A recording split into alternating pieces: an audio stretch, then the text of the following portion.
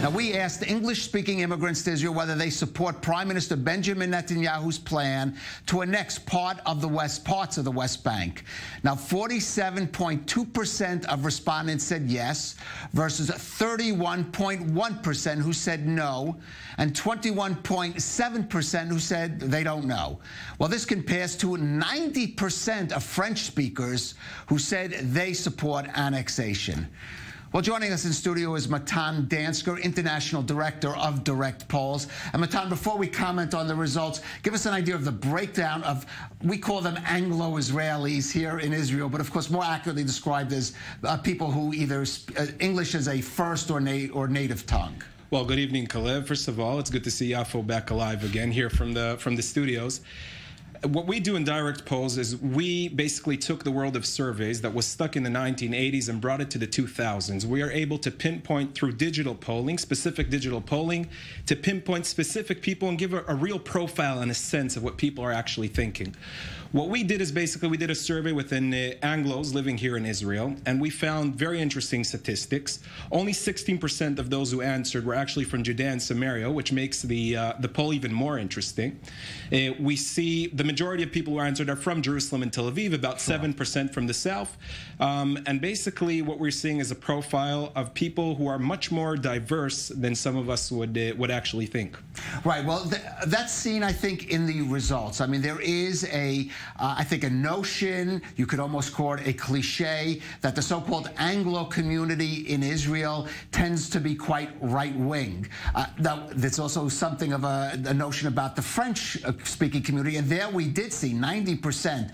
But that percentage, less than 50%, I think would surprise most people, and frankly, it surprised me. Absolutely. Look, I don't want to put more fire on the cultural battles that there's been through the French people and American throughout history, but I will say that honestly, the most interesting result here, in my opinion, is the one that we see from the Anglos. What we're seeing here is there's less of a support for the annexation plan of Benjamin Netanyahu and Donald Trump. Now, the real question is why?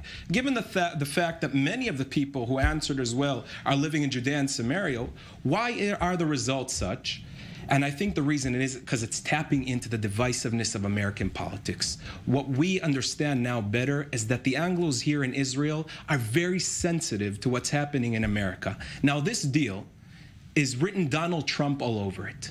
And that means that when you take the equation of identity politics in America, and you have people here in Israel who are listening to their family members speaking in America, who are seeing how divisive this is, it doesn't matter if they're for annexation or not. In a way, once this mission and plan, the annexation plan, is from Donald Trump, what we are seeing is people opposing it, maybe even if they're not opposed to the annexation, just because they're opposed to Donald Trump. And I think that's a point to notice, is that how sensitive the American, specifically community in Israel, is to what's happening in politics in America. Another point just to point out here is that it seems that American Jews here are very, very scared of what we call the bipartisan issue. They are afraid of issues that put Israel into a more bipartisan issue in America. And we saw what Joe Biden said just a few days ago to Jewish donors, how much he opposes the annexation.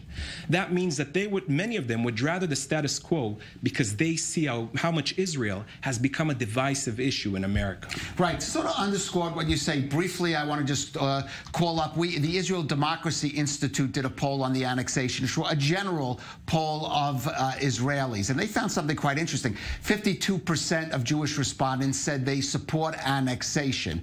That I find, I won't go through the other numbers, but that means the general public, more than Anglo-Israelis, are supporting it, and perhaps Donald Trump is the sort of X factor. People support annexation and otherwise may not, because in a sense they associate it with Trump. Look, you know, the ordinary Israeli who votes for right-wing parties is not interested in American policy. That's a fact. He's not dealing with issues of immigration. He's not dealing with issues of race, so he'll look at it only through the Israeli lens. When you put the Anglos into the equation, they're sensitive to what's happening there. And given the fact that we know that this plan is in the calendar of Donald Trump, for years Israel didn't annex the territories, and suddenly needs to happen in July, that's obviously because Donald Trump needs to tap in order to break the blue wall. He needs to tap into evangelical voters who support the issue of annexation. So really chaotic, it's become pretty chaotic, and it seems that Israeli politics is running the calendar of Donald Trump.